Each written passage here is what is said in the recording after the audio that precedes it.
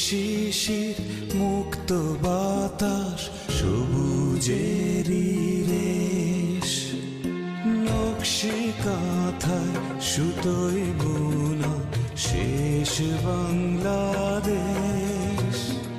মানচিত্রে ছড়িয়ে আছে তোমার ছবির বেশ। বঙ্গবন্ধু তুমি আমার সোনার বাংলাদেশ।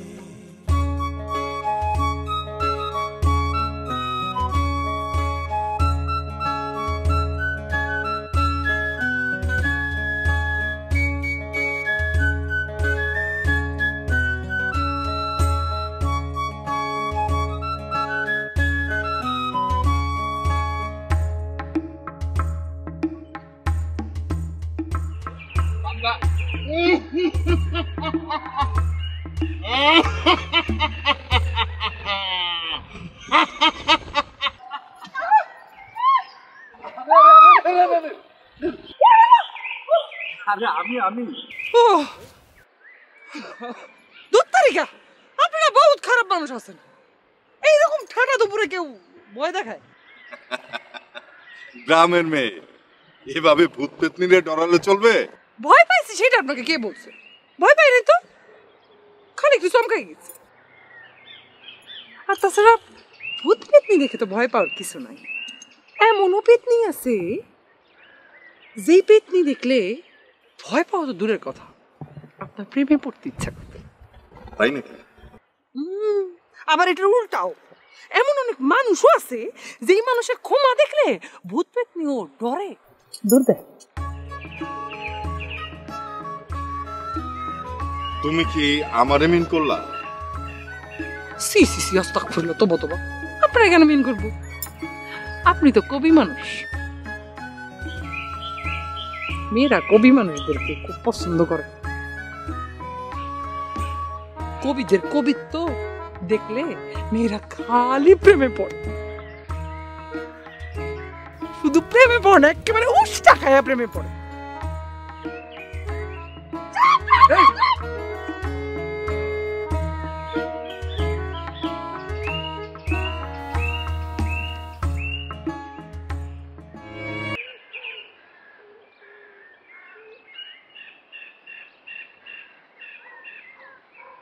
কি ব্যাপার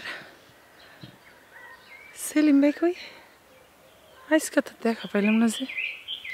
আসে নাই নাকি চলে গেছে? শরীর টরীর খারাপ বলো না তো? মানুষটারে নিত্যদিন একবার না দেখলে কেমন জানি দূর। আমি এসব কি ভাবতেছি? 4 তারিখা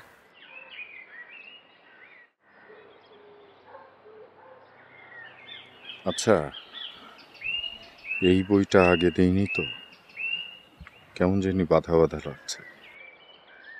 ইস, যদি পড়া বই হয়ে থাকে তাহলে তো আর নিবে না। চাঁদের আলোয় ভাসে জ্যোৎস্না, নদীতে ভাসে জল, তোমার আলোয় ঝলমল করে আমার হৃদমহল। শেষ লাইন দুইটা কেমন জানি জুৎসই লাগছে না। চেঞ্জ করতে পারলে ভালো হতো, কিন্তু কলমও তো সাথে নেই, কাটাকাটি করাটাও ঠিক হবে না। দেখা যাক।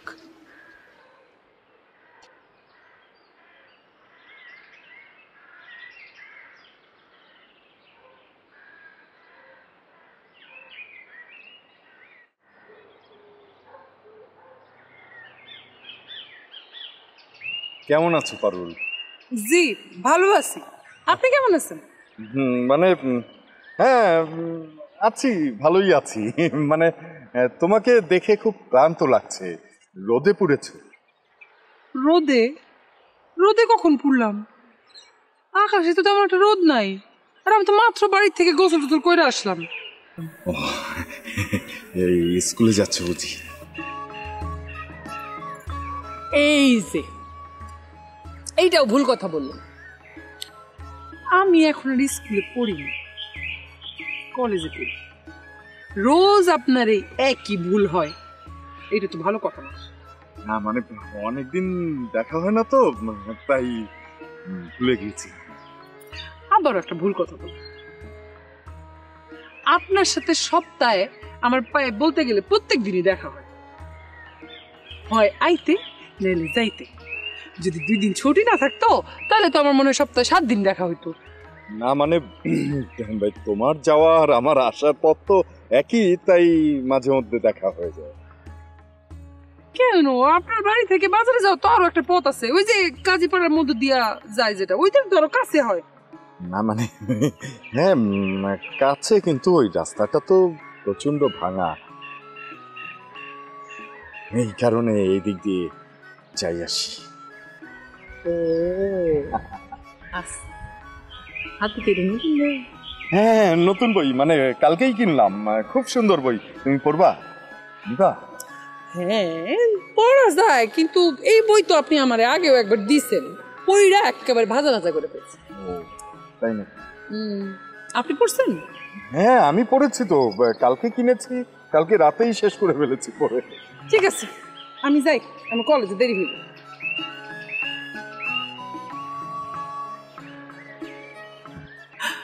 মানুষটা আসলে সহজ সরল, এত বোকা, সেইটা বললাম এটাই বিশ্বাস করলো। এই বই তো আমি জীবনে চোখেও দেখি নাই। ডাক দিব। সেলিম ভাই,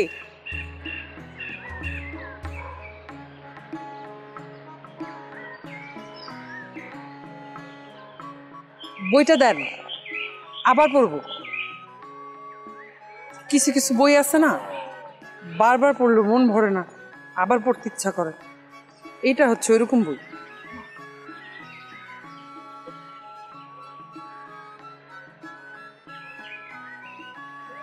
এটা কি?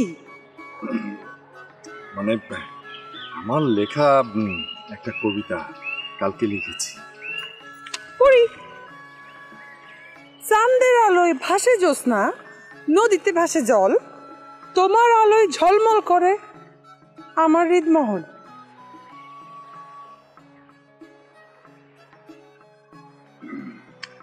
বাহ, কি সুন্দর কথা। তোমার পছন্দ হয়েছে? আপনি আমার নিয়ে একটা কবিতা লিখতে পারেন না? হ্যাঁ পারবো না কেন, মানে আজ রাতে লিখে কালকেই তোমাকে দিয়ে দেব।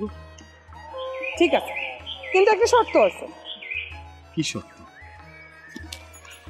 কবিতার মধ্যে আপনি আমার নাম ধাম কিছু ব্যবহার করতে পারবেন না। আচ্ছা, কিন্তু আমার একটা শর্ত। কি শর্ত? মানে আমার এই কবিতা তুমি কাউকে দেখাতে পারবে না। ঠিক আছে, দেখাবো না, তাহলে যাই।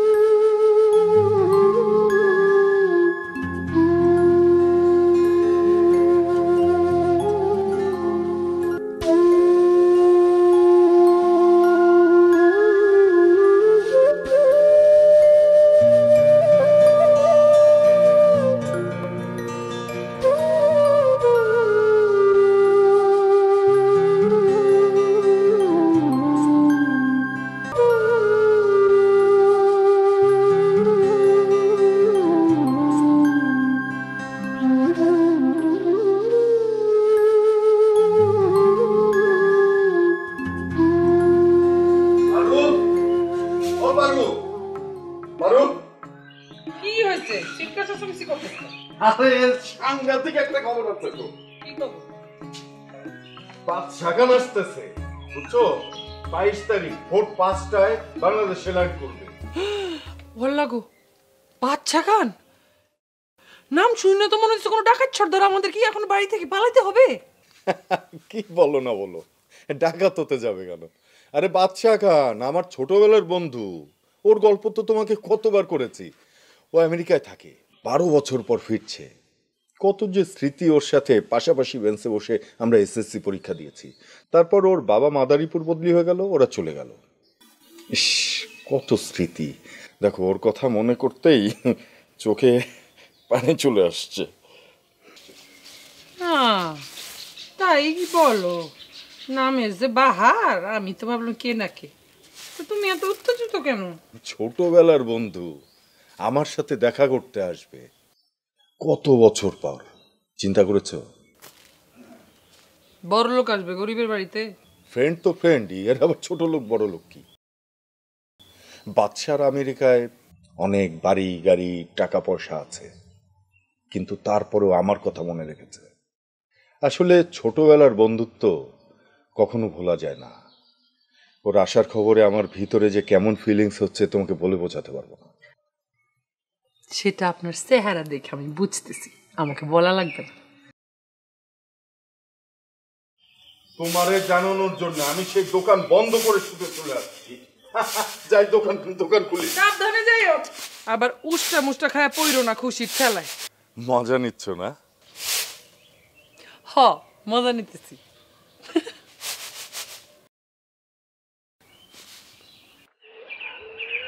আসেন ভাই, আসসালামু আলাইকুম। কেমন আছেন ভাই? এই যে ভালো। মনে মনে আপনারে খুব খুঁজতেছিলাম। কেন? মানে আপনার সাথে জরুরি একটা কথা। আচ্ছা, পরে কথা বলি, আমার জরুরি কাজ আছে। আচ্ছা, ওই আমার বন্ধুর আগমন উপলক্ষে ছোট্ট একটা সুন্দর কবিতা লিখেছিলাম। আপনি শুনলেই বুঝবেন যে কতটা সুন্দর। ঠিক আছে, পরে শুনবো। হ্যাঁ ভাই, এবার কিন্তু আমার কবিতার বই বের হবেই হবে। ও, প্রকাশক কি ম্যানেজ হয়ে গেছে? প্রকাশক মানে আমার এক বন্ধু, ও দীর্ঘ 12 বছর আমেরিকাতে থাকে, সিটিজেনশিপ পেয়ে গেছে। ও শীঘ্রই দেশে আসবে, আমার বাড়িতেও বেড়াতে আসবে। ওর তো অনেক টাকা, ওর কাছে এরকম 3-4টা বই বের করা কোনো ব্যাপারই না। ওকে বললেই তো। তাহলে তো খুব ভালো। তাহলে এক কাজ করেন, চলেন মানে এক কাপ চা খাই, অন্তত একটু আলাপ করি। পরে আসবো, আমি পরে কথা বলবো। তাহলে এক কাজ করেন, সন্ধ্যায় একটু কষ্ট করে আমার লাইব্রেরিতে আসেন। আচ্ছা, ঠিক আছে, দেখা যায়। ঠিক আছে, ওকে। মিস করবেন না কিন্তু। না, ঠিক আছে।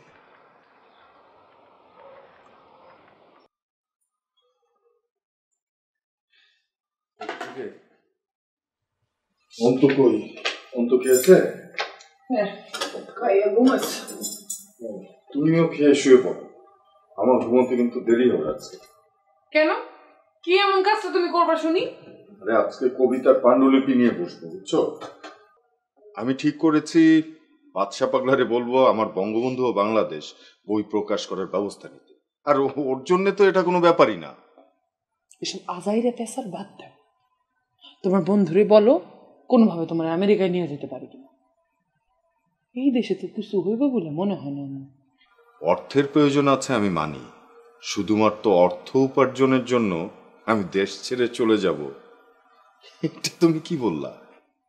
দিয়া বসছে বইয়ের দোকান, কোনো সপ্তাহে তো বই নিয়েও হয় না, একটা বইও বিক্রি হয় না। সব পুরা দোকান একেবারে মুক্তিযুদ্ধ, বঙ্গবন্ধু, সব জ্ঞান গরিমার বই দিয়া ভইরা রাখছো। আজকাল কেউ জ্ঞান গরিমার বই পড়ে? গল্পের বই পড়ে, উপন্যাস পড়ে, সেইগুলা তো রাখবা না তোমার দোকানে।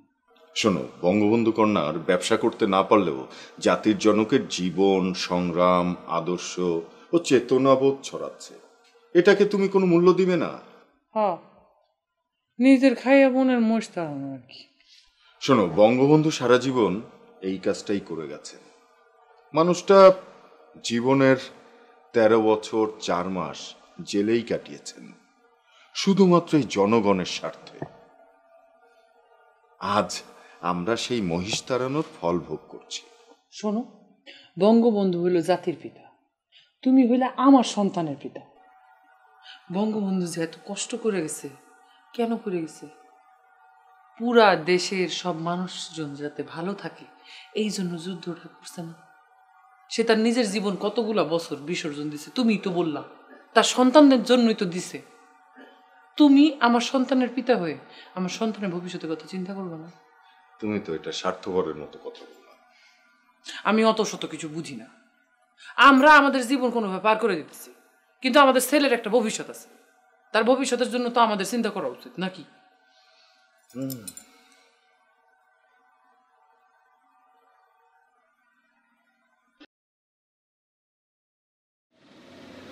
এই তারেক, তারেক, এই।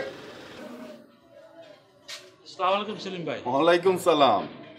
কি ইদানিং কি খুব ব্যস্ত নাকি? হ্যাঁ কিছুটা সেলিম ভাই। সেদিন যে একটা বই অর্ধেক পড়ে রেখে চলে গেলে, আর শেষ করলে না। আসলে ওইরকম সময় পাচ্ছে না সেলিম ভাই। কতক্ষণ আর লাগবে? এক সময় এসে শেষ করে যেও। বই তো এক পিস, কোনো কাস্টমার চাইলে তখন আমি কি করব? কাস্টমার চাইলে বেছে দিবেন, সমস্যা কি? অর্ধেক আহরণ কখনো ঠিক না, তুমি সময় করে পড়ে যাও। তাহলে আসি। হ্যাঁ, আসসালামু আলাইকুম।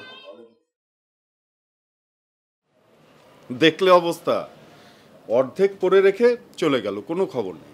সেলিম ভাই, আপনার লাইব্রেরিতে পড়ার সুযোগ করে দেওয়ার কারণে কত যে বই পড়তে পারছি, কিনে পড়তে হলে তো। না, তোমার কথাটা বোধহয় ঠিক না।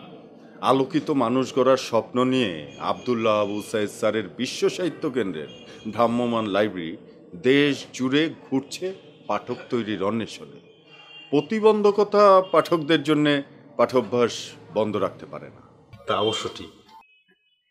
আচ্ছা, এই নাও তোমার ব্রেক পয়েন্টার, আর একটু সাবধানে পড়ো। আমাকে আর বলতে হবে না, জানি, তারপরেও একটু সাবধান করে দিলাম আর কি। এই তো সেদিন একটা কাস্টমার একটা বই নিতে এলো, কাকে জানি গিফট করবে। একেবারে আনকোরা কর করে বই চাওয়াটাই তো স্বাভাবিক। তোমার কথা বলছি না, মানে অনেকেই আছে এ বিষয়ে যত্নশীল না।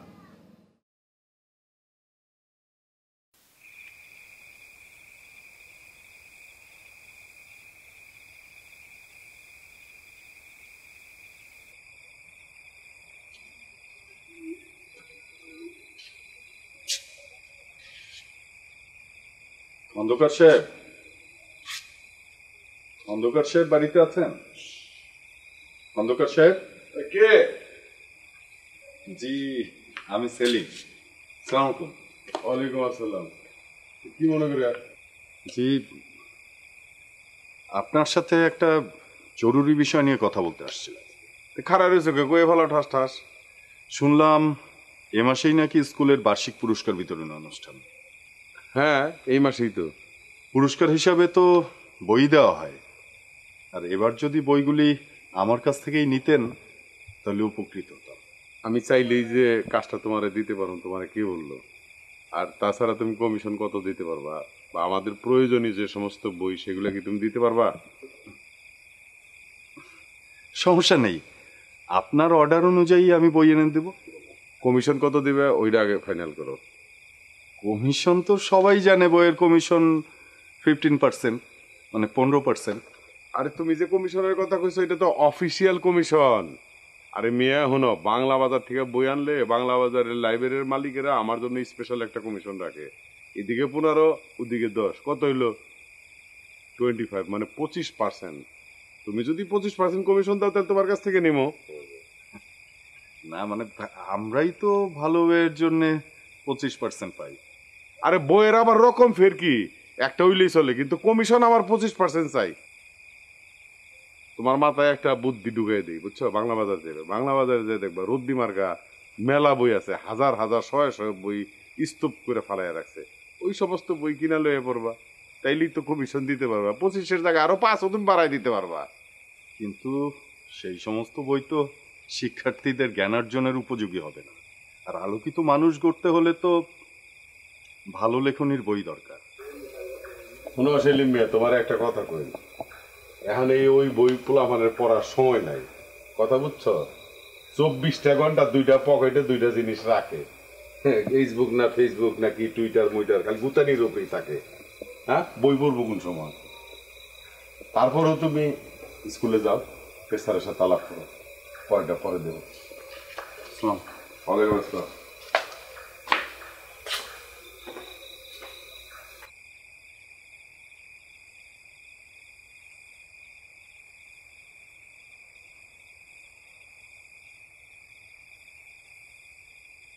চা খাবা? কি এত চিন্তা করতেছো বলো তো?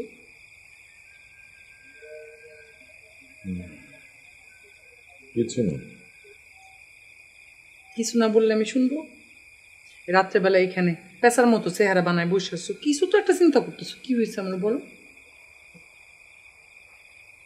স্কুলে কিছু বই সাপ্লাই দেওয়ার সুযোগ ছিল, দিবা?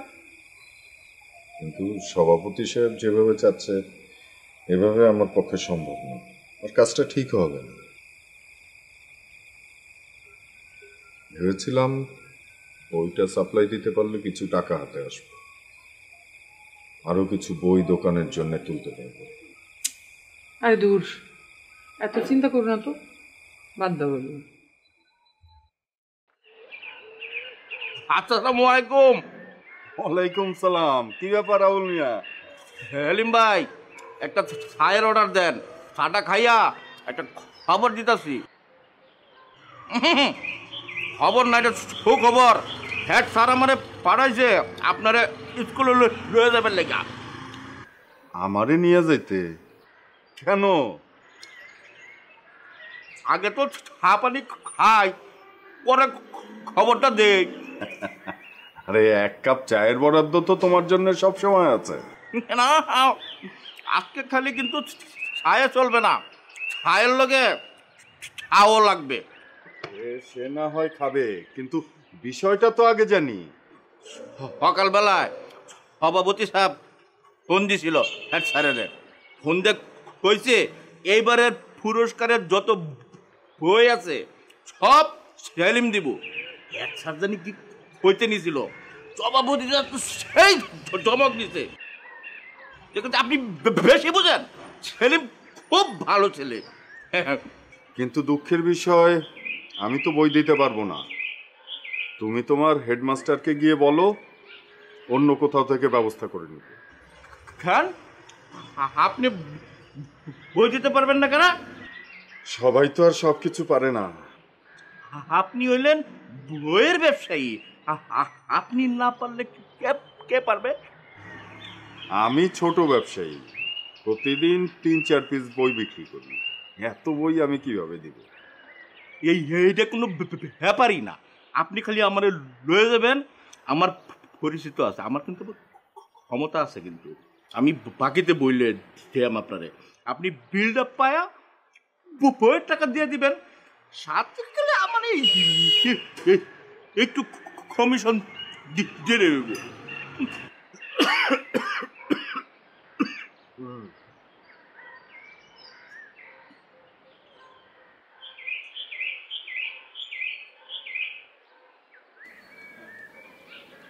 পারু, কই গেলা? কি হয়েছে? আরে বাদশা তো চলে আসছে। চলে আসছে? হ্যাঁ। বাবা, খুব ভালো কথা। গাজীপুরে কবে আসবে? সেটা তো বলেনি, ও জানাবে, পরে জানাবে। ফ্যামিলি নিয়ে আসছে? আরে দু ফ্যামিলি পাবে কোথায়? ওর তো অনেক আগেই ডিভোর্স হয়ে গেছে। কি কো? ও ছোটবেলা থেকেই তো একটু পাগলা টেসে স্বভাবের ছিল। একবার কি হয়েছে শোনো, বন্ধু বান্ধব মিলে প্ল্যান হলো যে ঘোষবাড়ি থেকে কবুতর চুরি করা হবে আর হোটেল থেকে পরোটা আনা হবে। রাতে রান্না বান্না হলো, সকালবেলা বিএসসি স্যারের কাছে পড়তে যাওয়ার আগে সবাই মিলে নাস্তা করলো। সবাই নাস্তা শুরু করলো, আমাকে খাওয়ার জন্য জোরাজোরি করলো। তুমি খাইছিলা কবুতরের মাংস? না না, আমি সোজা দৌড়ে সেই বিএসসি স্যারের কাছে গিয়ে হাজির, ওরাও আমার পিছন পিছন হাজির। কিন্তু সারা জীবন এই নীতি নিয়ে চলেছি, লাভ কি হলো? পরে তো দেখলাম ওরাই ভালো আছে। আল্লাহর কাছে শুকরিয়া আদায় করো।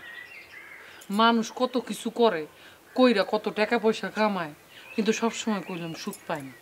আমরা কিন্তু সেই তুলনায় আলহামদুলিল্লাহ অনেক সুখে আছি, টাকা পয়সা কম থাকে।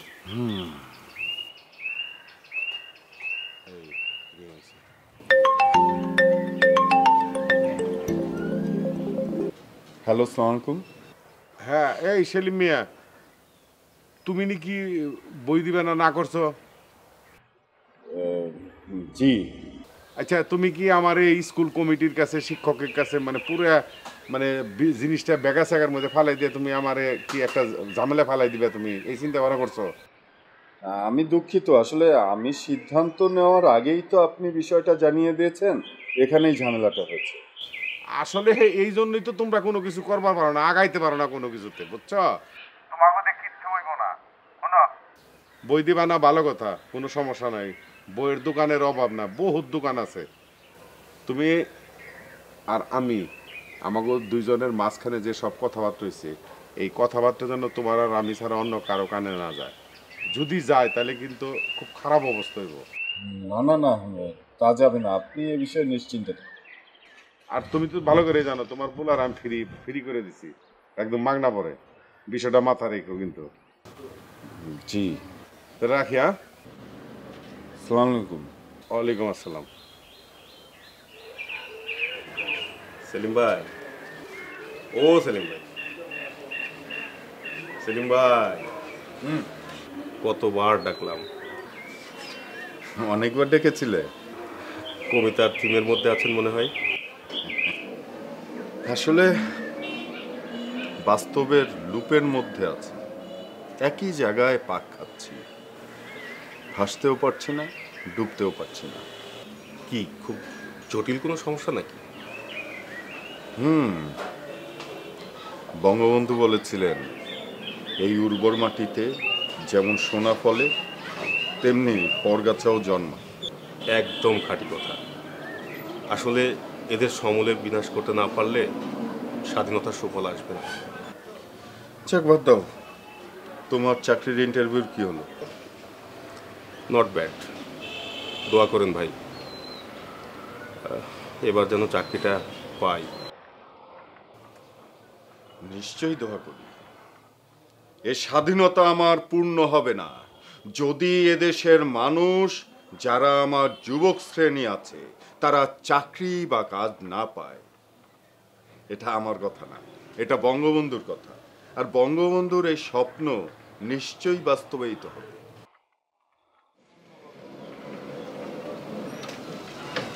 ভাই, ছোটদের গল্পের বই আছে? কোন ধরনের গল্পের বই? এই যে বিদেশি কার্টুন টার্টুনের বই। এইসব কার্টুনের বই না দিয়ে বাচ্চাদের শিক্ষণীয় বই দেন।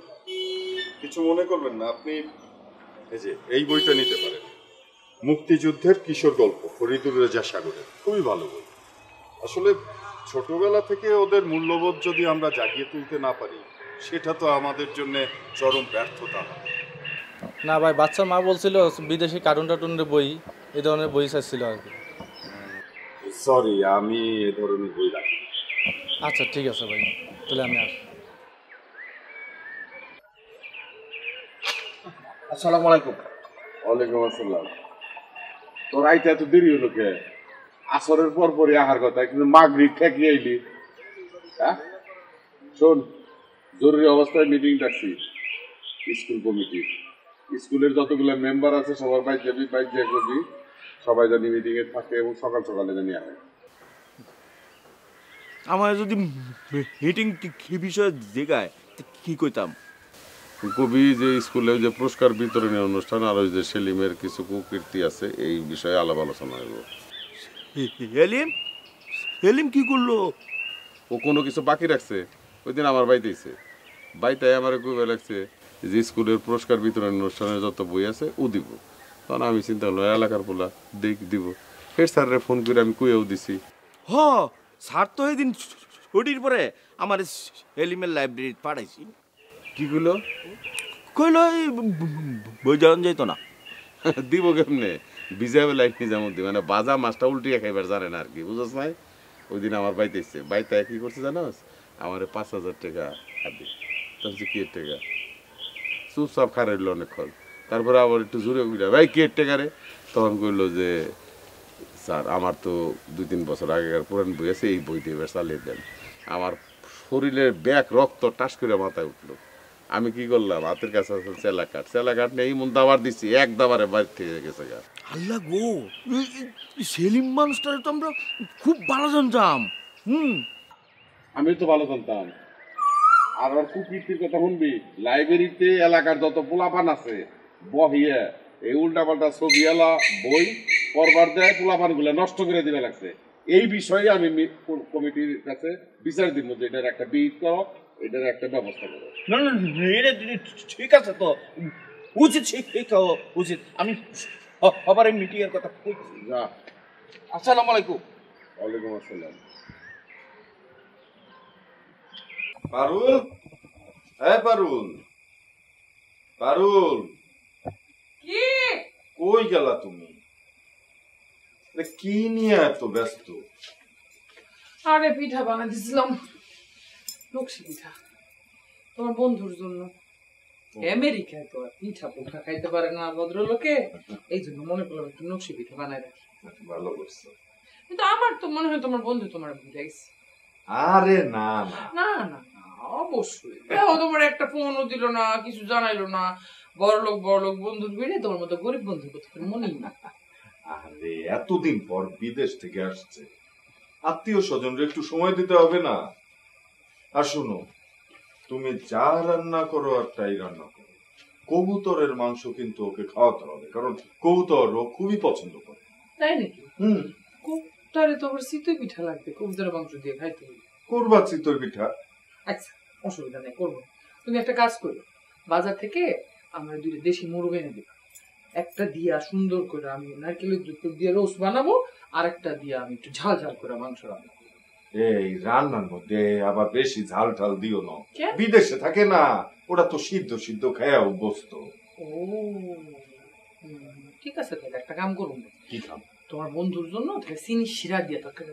হ্যাঁ, চিনি শিরা দিয়ে তরকারি রান্না খাওয়া যায়। দাঁড়াও, ওরে একটা ফোন দিয়ে দেখি। আমার তো মনে হয় না তোমার ফোন সে ধরবে।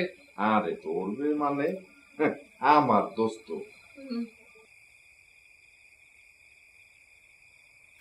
বন্ধু, কেমন আছো? ভালো ভালো বন্ধু, তোমার কি খবর বলো তো? আর বলো না, এক্সট্রিমলি বিজি, যে কারণে তোমাকে ফোন করা হয়নি। তুমি গাজীপুরে কবে আসবা বলো তো? এইবার বোধহয় আর আসা সম্ভব না, পরশু আমার ফ্লাইট। আমার ছেলে, ও তো তোমাকে দেখার জন্য ব্যাকুল হয়ে আছে। তাহলে এক কাজ করো, তোমার ছেলেকে নিয়ে চলে আসো। তোমাকে একবেলা এই গরিবের বাড়িতে দাওয়াত খেতেই হবে। মনে হয় না পারবো, ভেরি টাইট শিডিউল। শোনো, আমি তোমার কোনো কথা শুনবো না, বুঝছো? আমি কালকে সকালে তোমাকে নিতে ঢাকায় আসতেছি। সকালে আমার একটা প্রোগ্রাম আছে, তুমি বরং সন্ধ্যায় আসো। আচ্ছা, সন্ধ্যায়? ঠিক আছে, সন্ধ্যায় আসবো। এই সন্ধ্যায় আসবে কালকে।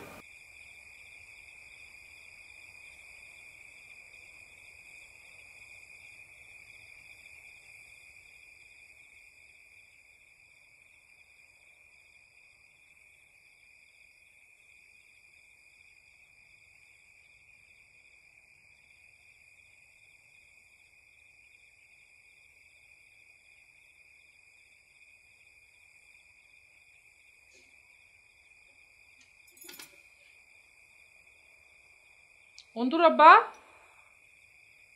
আসছো নাকি?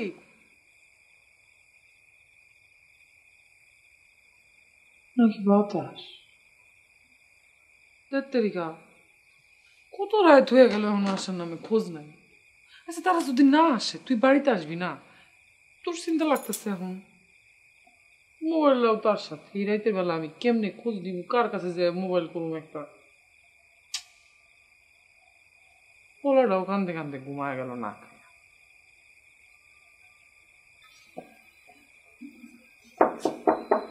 পারুল, পারুল আসলো মনে হয়।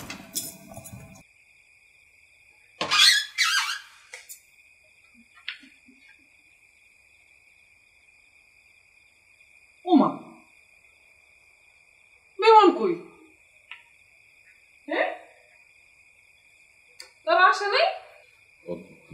বাদশা আসার জন্য রাজি ছিল, কিন্তু অন্য কোনো বন্ধু বান্ধব রাজি হচ্ছিল না। এইটা কেমন ধরনের ভদ্রতা? একজনের বাড়িতে আসবে বলছে।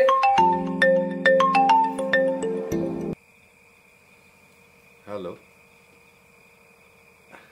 বাচ্চা, কোথায়? গাজীপুর চৌরাস্তায়? আচ্ছা আচ্ছা, তাহলে তো আমার বাড়ির কাছেই চলে আসছো। আচ্ছা তোমরা ওই গাজীপুর চৌরাস্তাতেই থাকো, আমি এসে নিয়ে যাচ্ছি। আমি খুঁজে নিব। হ্যাঁ আচ্ছা আচ্ছা, আসছি আসছি।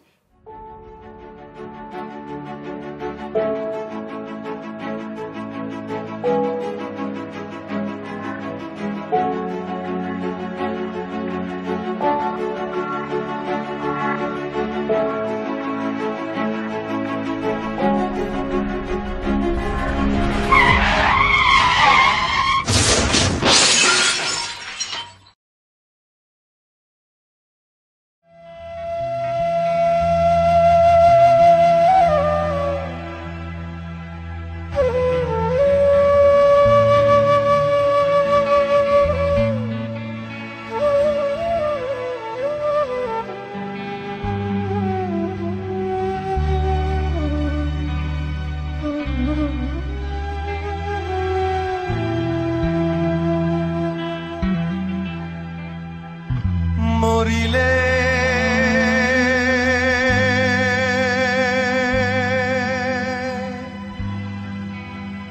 কান্দিস নাই আমার দায় রে জাদুধর,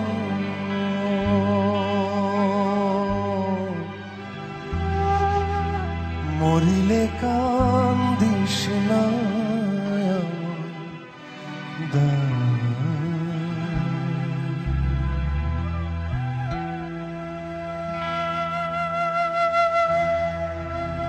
সূরা ইয়াসিন পাঠ করিও বসিয়া কাছা, আমার প্রাণ যাবার বেলা সূরা ইয়াসিন পাঠ করিও বসিয়া কাছা, বিদায় কালে পড়ি না যেন শয়তানের ধোকায় রে জাদুধর,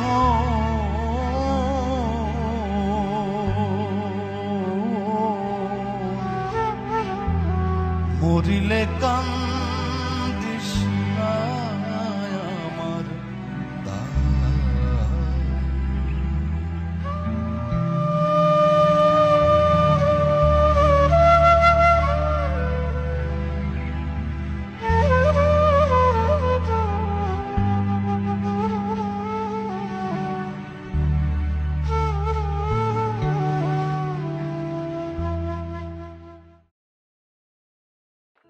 আপনাদেরকে জানাবার কোনো ব্যবস্থা নেই বলে কিছু মনে করবেন না ভাবি।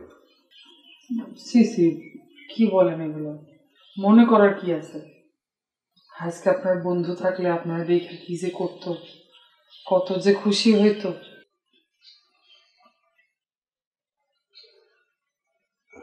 গাড়িতে অন্তর জন্য কিছু গিফট আছে, আপনি অনুমতি দিলে নিয়ে আসতে বলি। খাওয়া খাইটা আবার কেন করতে গেছেন ভাই? এত দূরের পথ কষ্ট করে আসছেন, এইসব ঝামেলা না নিয়ে আসলে হইতো না? আপনি বসেন, আমি আপনার খাবার দাবারের আয়োজন করি। হ্যাঁ, আপনি একদম ব্যস্ত হবেন না, আমি আজকে সারাদিন থাকবো, সমস্যা নেই তো? সমস্যা আবার কি? আমাদের বাড়িতে তো কোনো সুযোগ সুবিধা নেই, আপনার না কষ্ট হয়ে যায়। কি যে বলেন ভাবি, এত সুন্দর প্রাণ ভরে নিঃশ্বাস নেবার জায়গা আর কটা আছে বলেন?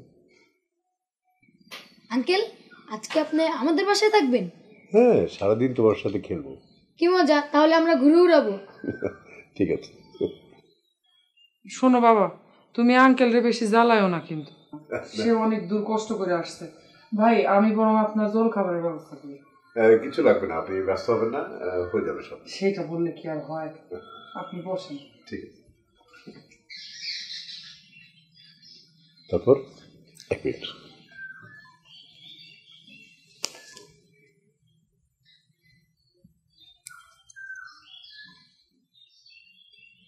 ড্রাইভার সাহেব, গাড়ি থেকে সুটকেস আর হ্যান্ড লাগেজটা একটু দিয়ে যাবেন। আমি এখন যাচ্ছি না। Thank you.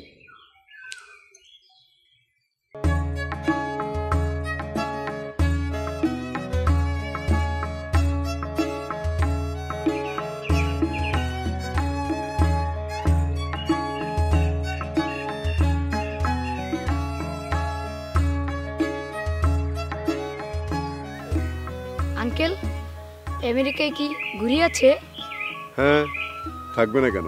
অনেক বড় বড় ঘুড়ি আছে, তবে সেসব ওড়াতে অত মজা নেই। কেন মজা নেই? কারণ ওগুলো তো অনেক বড় বড়, বিশাল বিশাল, মেশিনের সাহায্যে ওড়াতে হয়। আঙ্কেল, আমেরিকা কি অনেক সুন্দর? সুন্দর, অনেক বড় বড় বিল্ডিং, কসমিক সিটি। তবে তার থেকে বাংলাদেশটা অনেক বেশি সুন্দর। ওই দেশে কি কি আছে? ওই দেশে অনেক কিছু আছে, বড় বড় বিল্ডিং, বড় বড় রাস্তাঘাট, অনেক কিছু। তুমি যাবে আমার সাথে? গেলে তোমাকে আমি ঘুরিয়ে ঘুরিয়ে দেখাবো। কোথায়? আমেরিকা? হ্যাঁ। প্লেনে চড়ে? আমেরিকা তো প্লেনে চড়ে যেতে হয় বাবা। মা আমাকে একা যেতে দিবে তো? তুমি একা কেন, তোমার মাও তোমার সঙ্গে যাবে। মাও যাবে? বাবা থাকলে বাবাও যেতে পারতো না আঙ্কেল? তোমার বাবার কথা খুব মনে পড়ে, তাই না? হ্যাঁ, আমি বাবাকে দুটো চিঠিও পাঠাইছি। চিঠি পাঠিয়েছো? ঘুড়ির সাথে চিঠি বেঁধে সুতা ছাড়তে ছাড়তে যখন আকাশে শেষ মাথায় চলে গেছে, তখন সুতাটা কাইটা দিছি।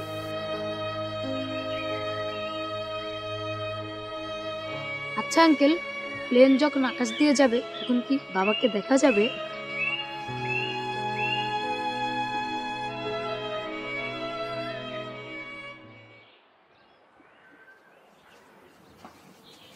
কি আশ্চর্য, আপনি দেখি আমার সব পছন্দের খাবার রান্না করেছেন, কবুতরের মাংস পর্যন্ত।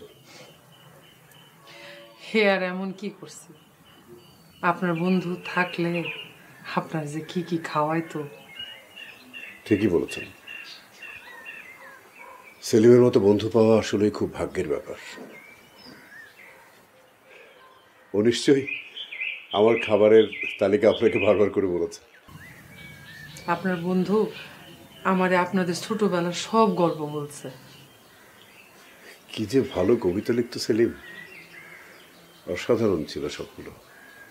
আচ্ছা, ওর লেখা কবিতাগুলো আছে না? আছে তো, সব আছে। আমি সব যত্ন করে আগলায় রাখছি ভাই। ভাবি, আমি কিন্তু একটা উদ্দেশ্য নিয়ে এবার এসেছি।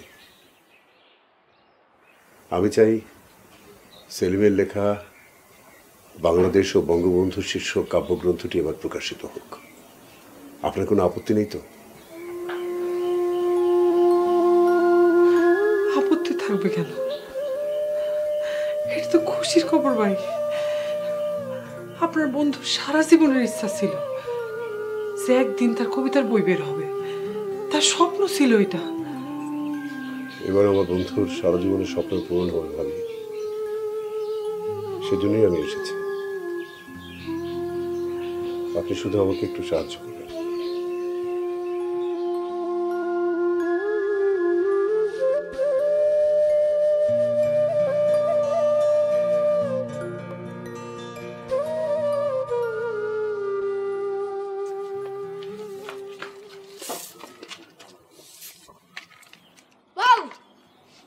দাউদি কি যে করে না। জানো মা, আঙ্কেল কইছে আমাকে আমেরিকা নিয়ে যাব। আমার ঘরে শুধু শুধু কেন আমেরিকা নিয়ে যাবে? আরে নিব, আমার কইছে। এমনি সত্যি সত্যি নিব। আচ্ছা মা, আমেরিকা যাইতে নাকি 2 তলা প্লেন লাগে? আমি কেমনে কমু? আমি কি গেছি আমেরিকা কোনো? আচ্ছা মা, আমেরিকায় তো সবাই ইংলিশে কথা কয়, আঙ্কেল কি ইংলিশে কথা কইতে পারে না? আরে বাবা রে, পারবো না কেন, পারে। তোমার আঙ্কেল যখন আমেরিকা থাকে তখন ইংরেজিতে কথা কয়, যখন বাংলাদেশে আসে তখন বাংলায় কথা। মা জানো, আঙ্কেল কইছে আমার নাকি আমেরিকা ঘুরতে নিয়ে যাব। আরে একটা জায়গার নাম আছে না, যে জায়গায় ওই যে মিকি মাউস, ডরিমন কার্টুনটা থাকে, তুমি কিন্তু আমার লাগে কার্টুনের ছবি তুলবা।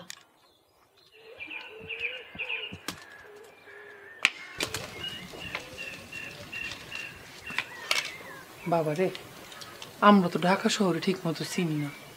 আমি তো তাও মেলা আগে গেছিলাম একবার, তুমি তো তাও যাও না। আমেরিকা অনেক দূর, যাইতে মেলা টাকা লাগে। ছেঁড়া খেতে শুয়ে লাখ টাকার স্বপ্ন দেখতে হয় না বাবা। তোমার যতটুকু সামর্থ্য, ওই সামর্থ্যের মধ্যেই তুমি স্বপ্ন দেখবা। আপনার সেলিমের খুব কাছের মানুষ ছিলেন, আপনার সাথে দেখা হয়ে আমার খুবই ভালো লাগে। আমি আসলে একটা উদ্দেশ্য নিয়ে এখানে এসেছি। সেলিম তো আমার স্কুলের বন্ধু, আর আপনারা সেলিমের এত কাছের মানুষ। সেলিম আমাদের মাঝে এখন নেই, কিন্তু তার ভালোবাসা, তার স্মৃতি, তার আদর্শ আমাদের মাঝে রয়ে গেছে, যা কোনোদিন ভুলবার নয়। সেলিম ভাই শুধু আমাদের এলাকার বড় ভাই ছিলেন না, তিনি ছিলেন আমাদের বন্ধুর মতো। আমরা অনেক সহযোগিতা পেয়েছি তার কাছ থেকে। অত্র এলাকায় কোনো পাঠাগার নেই। আমাদের এই প্রজন্মের ছেলেমেয়েরা এই বঙ্গবন্ধু কর্নার এসেই জ্ঞান আহরণ করত। আসলে কোনো বই ব্যবসায়ী এই ধরনের সুযোগ দেবে বলে আমার মনে হয় না। তিনি ছিলেন বঙ্গবন্ধুর আদর্শের সৈনিক। বঙ্গবন্ধু সম্পর্কে কত যে অজানা তথ্য আমরা সেলিম ভাইয়ের কাছ থেকে জেনেছি, তার কোনো শেষ নেই। উনি ছিলেন আমাদের গ্রামের বটবৃক্ষ। ওনার কাছ থেকে আমরা সমস্ত কিছু শিখেছি, আর বঙ্গবন্ধু সম্পর্কে আমরা যা জেনেছি, শিখেছি, সব সেলিম ভাইয়ের কাছ থেকে শিখেছি। তার স্বপ্ন ছিল এই বঙ্গবন্ধু কর্নারকে একটা গবেষণাগার হিসেবে প্রতিষ্ঠা করার জন্য। আমি কিন্তু সেজন্যই আমেরিকা থেকে এসেছি। আমি চাই সেলিমের বঙ্গবন্ধু কর্নার আবার চালু হোক, সেখানে তার বন্ধ পাঠাগারটি আবার পুনরায় শুরু হোক এবং বঙ্গবন্ধু গবেষণা কেন্দ্র চালু হোক। সে ব্যাপারে কিন্তু আপনাদের সাহায্য আমার দরকার। বলুন আমাদের কি করতে হবে? আর্থিক বিষয়টা আমি দেখব, এটা নিয়ে আপনাদের ভাবতে হবে না। আপনারা শুধু অপারেশনটা দেখবেন, আর সবার আগে যে কাজটা করতে হবে যে ভালো একটা জায়গা যেখানে ছাত্রছাত্রীরা খুব সহজেই বা যে কেউ যেতে পারে। স্কুল ক্যাম্পাসে করলে তো মনে হয় বেশ ভালো হয়, তাহলে ছাত্রছাত্রীরা বেশি পড়াশোনা করতে পারবে। কিন্তু কমিটি কি রাজি হবে? না হওয়ার কি আছে, আমরা আলাপ করে দেখি। সে ব্যাপারে কথা বলা যেতে পারে, কিন্তু আমার মনে হয় একটা নিজস্ব জমি বঙ্গবন্ধু কর্নার একেবারে স্বতন্ত্র হয়ে থাকবে, যেন সেখানে আজীবন এই গবেষণা কেন্দ্রটা চলতে পারে। আর আমি চাই 17ই মার্চ বঙ্গবন্ধুর জন্মশতবার্ষিকীতেই ভিত্তিপ্রস্তর, এবং সেদিনই তার বই বঙ্গবন্ধু ও বাংলাদেশ, সেটার মোড়ক উন্মোচন অনুষ্ঠান হবে। মোড়ক উন্মোচন করার জন্য আমরা ঢাকা থেকে গণ্যমান্য মানুষদের আমন্ত্রণ জানাবো। সেদিন এখানে একটা বড় অনুষ্ঠান হবে, কবি গান, এই এলাকায় যেসব লোকজ সঙ্গীত আছে, একটা বড় অনুষ্ঠান। আর সময় কিন্তু খুব কম। আপনি ভাববেন না, আমরা এখন থেকে কাজ শুরু করছি। অবশ্য হাতে বেশি দিন সময় নেই, কিন্তু আমরা সবাই একসঙ্গে কাজ করলে ইনশাল্লাহ হয়ে যাবে। Very good, very good. জি, অবশ্যই হবে।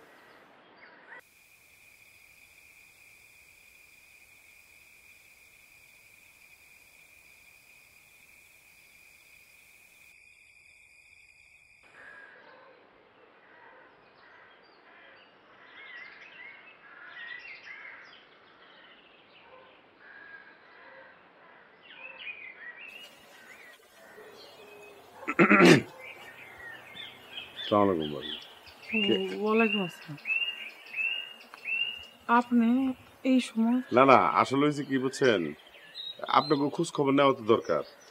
আইতে পারি না, বিভিন্ন ঝামেলায় থাকি। কামের বেড়া জালে থাকলে কি কোনো দিকে যাওয়া যায় কোন? এই আর কি। তা আপনার পোলারা দেখতেছি না, কই গেছে? স্কুলে গেছে। আচ্ছা ভাবি, আপনি তো মেলা পড়াশোনা জানেন, গ্রাজুয়েট পাস, আর এটাও জানেন যে আমি স্কুলের সভাপতি। যে কোনো সময় আপনার একটা চাকরি বাকরির ব্যবস্থা করে দিতে পারি আমি। চাকরি বাকরি একটা হইলে তো আর খারাপ হয় না। আপনার ভাই তো আর আমার লাগে রাজার ভান্ডার রেখা যায় নাই যে রাজরানী হালে থাকবো। একটা চাকরি বাকরি পাইলে তো আমার ছেলেটার ভবিষ্যৎটা উজ্জ্বল হয়। আসলে ভাবি, আমি চাইলে তার হইব না, আপনার তো আগ্রহটা থাকতে, ইচ্ছা যদি আপনার না থাকে আমি চাকরি কই থেকে দেবো? তা আমারে কি বাইরে দাঁড় করে রাখবেন, ভিতরে ডাকবেন না, বইতে দিবেন না? ও আসেন আসেন আসেন।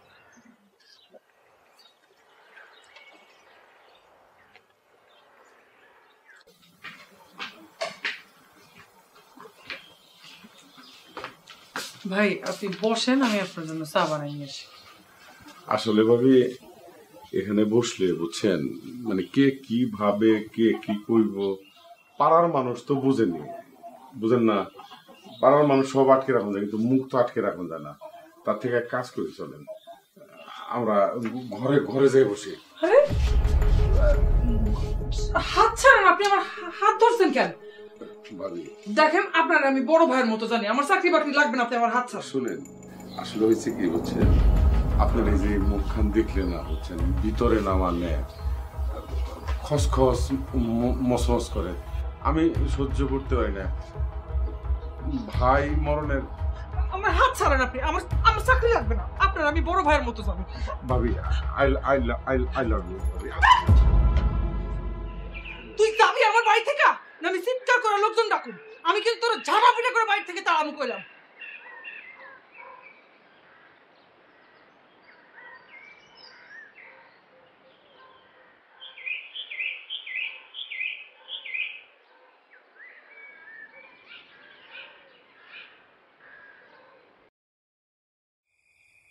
আমি মহসিন খন্দকার, আন্ডার ম্যাট্রিক। কি মনে করছো আমি তোমারে ছেড়ে দেবো? হাড়ির কোন পরতে লুকায় রাখছ কাতুকুতু সরম?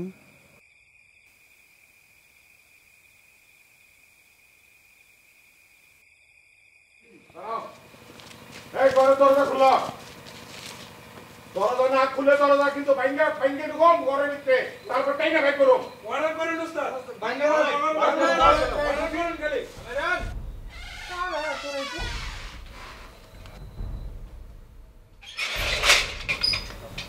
আপনারা আপনারা তো রাইতে কি চান? এই ঘরে কারে হান্দাইছ ধারে বাইর কর। আপনি মুখ সামলায় কথা কইবেন কইতেছি। এ সুরের মার বড় গলা। সুরের মার বড় গলা মানে কি শুরু করছেন আপনি এসব? তোরা খারে রেছে ঘরের ভিতরে ঢুকে চেক কর। কি শুরু করছে? এই শুরু করছে আপনি ধরতে পারবেন না। নাগর ভাই বাইরে দেখছো? কি ব্যাপার আপনারা এত চিৎকার চেঁচামেচি করছেন কেন? তোমার পরিচয় কই থেকে আইছো? আমি অন্তর চাচা। কোন কালিনা চাচা রে? হ্যাঁ এর আগে তো তোর দেখি নাই। আমি সেলিমের বন্ধু, সেই হিসাবে আমি অন্তর চাচা। এ ভাই আপনি কোন চাচা? আপনারা আজকে প্রথম দেখলাম এই এলাকায়, এর আগে তো আপনারা কখনো দেখি নাই। বললেই হলো যে আপনি চাচা অন্তর। আমি আমেরিকা থেকে এসেছি। আমেরিকার থেকে আসছেন? এটা বাংলাদেশ, এটা আমেরিকা না। আর এখানে এগুলো চলে না, আমরা বুঝি। হ্যাঁ এখানে কি হচ্ছে না হচ্ছে ভিতরে। চুপ করুন, মুখ সামলে কথা বলুন। মুখে যা আসবে তাই বলে ফেলবেন। আবার চোখ রাঙায়। সেলিমের বউ, এতকাল তোমার আমরা ভালো মনে করতাম, এটা তুমি কি কাজ করলা? নাউজুবিল্লাহ। গ্রামের মান সম্মান ইজ্জত সব নষ্ট করে দিল। কি বলছেন আপনারা? কি করছেন? যা তা বলবেন না, সম্মান রেখে কথা বলবেন। আমার রাতেই ঢাকা ফিরে যাওয়ার কথা ছিল। ঢাকায় আমার হোটেলও বুক করা আছে, কিন্তু অন্তর পিড়াপিড়িতে যেতে পারিনি। ও আমার জুতাটা কোথায় লুকিয়ে রেখেছে আমি খুঁজে পাইনি, তাই অগত্যা আমাকে রাতটা থাকতে হচ্ছে। গল্পটা তো ভালোই সাজাইছেন। দুস্তেরে গাড়ি চাপা ফালিয়ে মারছেন, এক ঘরে রাত্রি যাপন, বাহ ফার্স্ট ক্লাস। প্লিজ কোনো ভুল তথ্য দেবেন না। আর আমরা এক ঘরে ছিলাম না, আমি পাশের ঘরে ছিলাম।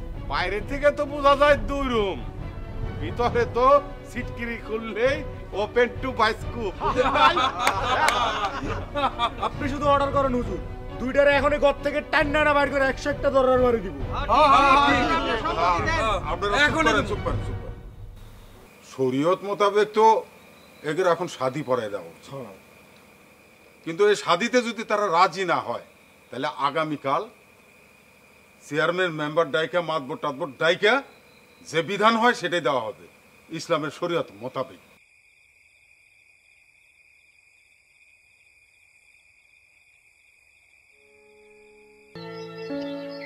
আরুল, বিয়েতে তোমার একটাই শর্ত ছিল, পৃথিবীর যে প্রান্তেই তোমাকে রাখি না কেন, চিরনিদ্রায় যেন এই গ্রামে তোমার ঘুমানোর ব্যবস্থা করি। জানো, সবসময় আমি একটা ভয়ের মধ্যে থাকতাম, কারণ মৃত্যুতে তো মানুষের কোনো হাত নেই।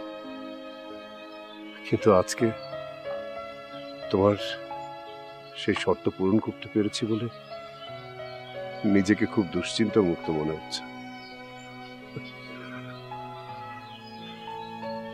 অন্তর জন্য খারাপ লাগছে।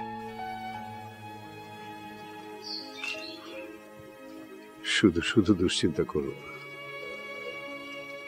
অন্তু আমেরিকার মতো একটা দেশে আছে, ওকে নিয়ে আবার চিন্তা কি?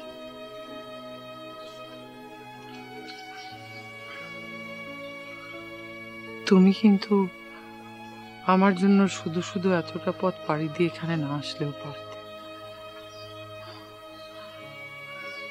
আমি এখানে থাকতে পারবো, আমার কোনো অসুবিধা নেই। আমার তো অভ্যেস আছে। কেন তুমি শুধু শুধু এই অজপাড়া গায়ে পড়ে থাকবে বলো তো? তারপরও তুমি এবার বাইপাসের রোগী, গ্রামে এখানে চিকিৎসা ব্যবস্থাও তেমন একটা ভালো না। যদি কিছু হয়ে যায় তখন তোমাকে নিয়ে আমি কি করব? তুমি অন্তর কাছে থাকলে আমি অনেক নিশ্চিন্তে থাকব। তুমিও তো ভেবো না তো, এতদিন পরে এই গ্রামে এসেছ, তোমাকে একটু ভালো মতো সেটেল না করে কিভাবে যাই বলো? আমি তো স্বস্তি পাবো না। তুমি একা একা কি করবে না করবে? একা একা আমি থাকতে পারবো, আমার কোনো অসুবিধা হবে না। তাছাড়া আমার আশেপাশের সবকিছু তো আমার আপন। অনেকদিন ধরে মনের ভেতরে একটা প্রশ্ন, যদি কিছু মনে না করো।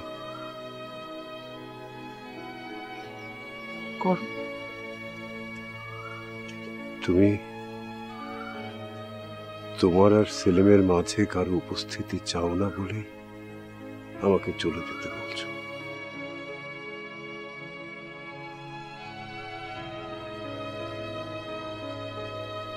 এখানে এখানে সেলিম কোত্থেকে আসলো?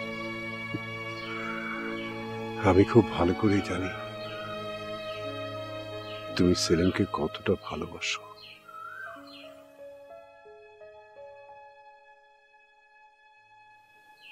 সেলিমের কবরের পাশে তোমার কবর হবে, এইটাই তো তোমার শর্ত। অস্বীকার করতে পারো? ভুল, তোমার ধারণা সম্পূর্ণ ভুল। তাহলে সত্যটা কি? সত্য জানতে চাও?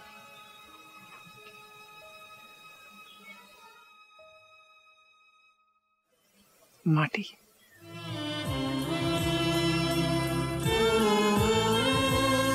এই দেশের এই গ্রামের মাটিতে আমার জন্ম। এই গ্রামের মাটি মাখামাখি করে আমি বড় হয়েছি। এই দেশের মাটিতে বঙ্গবন্ধু ঘুমিয়ে আছে, এই দেশের মাটিতে ঘুমিয়ে আছে আমার বাবার মতো হাজারো মুক্তিযোদ্ধা, ঘুমিয়ে আছে লক্ষ লক্ষ শহীদ।